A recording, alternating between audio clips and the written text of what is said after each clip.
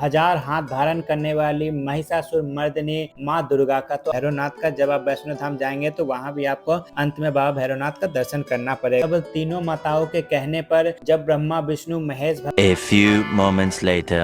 जय श्री राम दोस्तों, आप सभी के बीच में आ गया फिर से एक न्यू वीडियो के साथ। और इस वीडियो के माध्यम से आप सभी को दर्शन करवाने के लिए ले चल रहा हूँ जम्मू के कटरा में स्थित माँ वैष्णो धाम के तर्ज पर बना हुआ कानपुर के दामोदर नगर में स्थित माँ वैष्णो देवी गुफा मंदिर का। और साथ ही इस मंदिर में आपको कैसे जाना है और साथ ही इस मंदिर में अन्य देवी देवता के साथ साथ कई ऋषि मुनि भी यहाँ पर स्थापित है।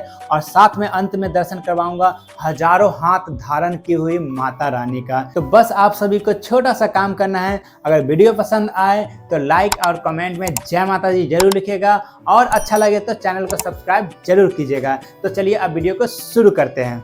तो इस मंदिर का दर्शन करने के लिए आपको कानपुर के मेन टाउन से नौबस्ता चौराहा आना होगा। यहाँ से आपको शेयरिंग में टेम्पो मिल जाएगा। यहाँ से आपको लगभग 1-1.5 किलोमीटर के आसपास ये चौराहा मिलेगा। यहाँ से भी आपको मंदिर तक जाने के लिए टेम्पो मिल जाएगा। अगर आप शेयरिंग में जाए तो शेयरिंग में, अगर रिजर्व में जाना चाहे तो रिजर्व में। तो अब हम आ गए हैं मंदिर। अगर आपको माँ के लिए प्रसाद या फिर चुन्नी चढ़ाने के लिए लेना है तो यहाँ पे बहुत सारे दुकान है, आप उसमें से ले सकते हैं। और वहीं पे आप अपना बाइक से आए तो बाइक लगा दीजिएगा, टेम्पो से आए तो टेम्पो लगा दे। तो सबसे पहले आप दर्शन कीजिए माँ वैष्णो देवी गुफा मंदिर का प्रवेश द्वार का।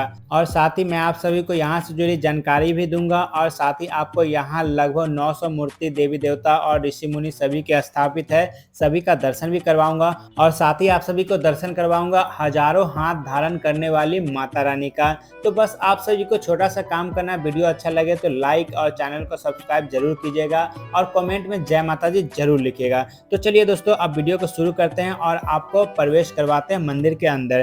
तो सर्वप्रथम आपको इसी सीढ़ी की सहायता से आपको अंदर प्रवेश करना है। और आप जैसे जैसे मंदिर के अंदर प्रवेश करेंगे आपको जगह जगह पर देवी देवता की मूर्ति स्थापित मिलेंगे। और जितने भी श्रद्धालु आते हैं वो यहाँ पर पूजा पाठ करते हैं। तो यहाँ पर देख सकते हैं पुष्प चढ़ा हुआ आपको दिख रहा होगा, प्रसाद चढ़ा हुआ आपको दिख रहा होगा। तो जब मंदिर के अंदर आप प्रवेश करके इस स्थान पर आएंगे तो आपको प्रभु श्री राम, माँ सीता और लक्ष्मण जी का, साथ साथ यहाँ पर रावण को भी जब वध किए थे उस प्रकार से यहाँ पर दृश्य दर्शाया गया है। और इस स्थान पर प्रभु श्री राम के जीवन काल से जुड़ा हुआ ही यहाँ पर मूर्ति स्थापित है, जो कि आप देख सकते हैं। और ये जो आप दृश्य देख रहे हैं ये जब लक्ष्मण जी को तीर लगा था उस समय का ये दृश्य को यहाँ पर दर्शाया गया है। तो इसी प्रकार से आपको जगह जगह पर देवी देवता की मूर्ति स्थापित है। और इसी प्रकार से आपको आगे की ओर बढ़ते जाना है और आपको देवी देवता की मूर्ति स्थापित है, दर्शन करना है, पूजा करना है और आगे की ओर बढ़ते जाना है। और यहाँ पर आप देख सकते हैं जब श्री कृष्ण भगवान जब अपने बचपन काल में राक्षसी का वध किए थे उस समय का दृश्य है।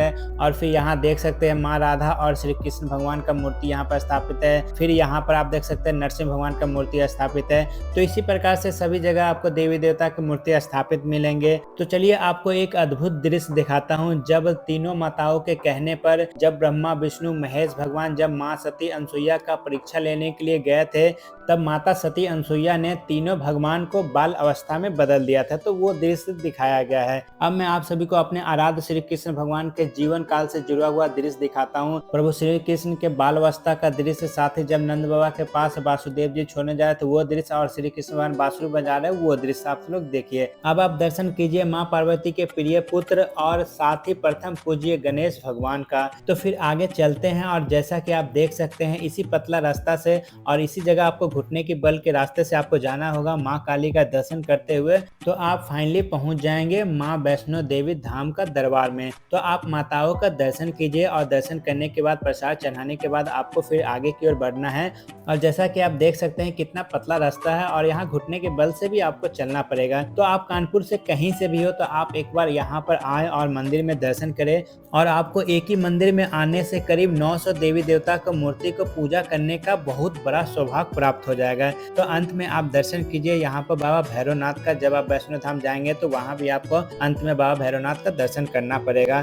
तो फिर चलिए अब आगे की ओर बढ़ते हैं इसी सीढ़ी की सहायता से और आप दर्शन कीजिए महर्षि अगस्त्य मुनि का। अब मैं आप सभी को दर्शन करवाने के लिए ले चलता हूँ हजार हाथ धारण करने वाली महिषासुर मर्दिनी माँ दुर्गा का। तो आप सभी दर्शन कीजिए। और यह स्थान मंदिर के अंतिम तल का है और माता रानी के साथ साथ राधे कृष्ण और साथ ही श्री राम भगवान, विष्णु विष्णु भगवान, और साथ ही आप सभी को एक अद्भुत दृश्य दिखाने जा रहा हूँ जो कि सभी कोई जानते हैं। और यह वही वो समुद्र मंथन है जिसमें से 14 रत्न प्राप्त हुआ था, जिसमें माँ लक्ष्मी साथ ही हलाहल जैसा विष भी प्राप्त हुआ था जिसे बाबा भोलेनाथ ने ग्रहण किया था। साथ ही अमृत भी प्राप्त हुआ था जिसके कारण देव और असुर में बहुत ही भयानक संग्राम हुआ था। और समुद्र मंथन को सृष्टि की रचना में व्यवस्थित करने में विशेष योगदान भी माना जाता है।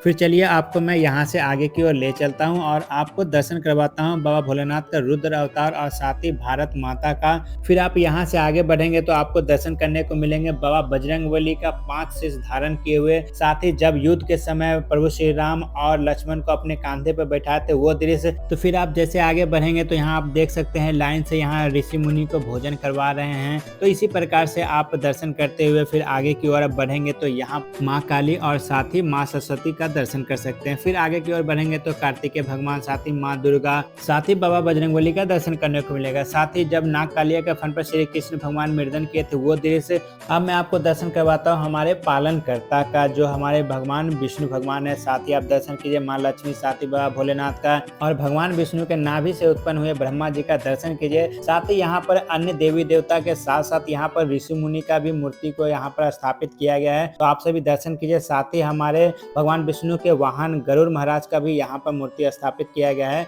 तो जब आप इस स्थान पे आएंगे तो आपको लगभग देवी देवता का आपको यहाँ पर दर्शन करने को मिल जाएंगे। और ठीक इनके बगल में ही माँ पार्वती, नंदी महाराज और बाबा भोलेनाथ को भी दर्शन करने को मिलेगा। साथ ही नारायण करने वाले हमारे नारद मुनि का भी दर्शन करने को मिलेगा। साथ ही माँ दुर्गा महिषासुर का वध कर रहे हैं वो भी दर्शन करने को मिलेगा। तो फिर आप इसी रास्ते से आप बाहर की ओर जाएंगे। तो दोस्तों इसी के साथ यह वीडियो यहीं समाप्त होता है। फिर आप सभी से मिलते हैं किसी नेक्स्ट वीडियो में। तब तक के लिए बाय, जय हिंद।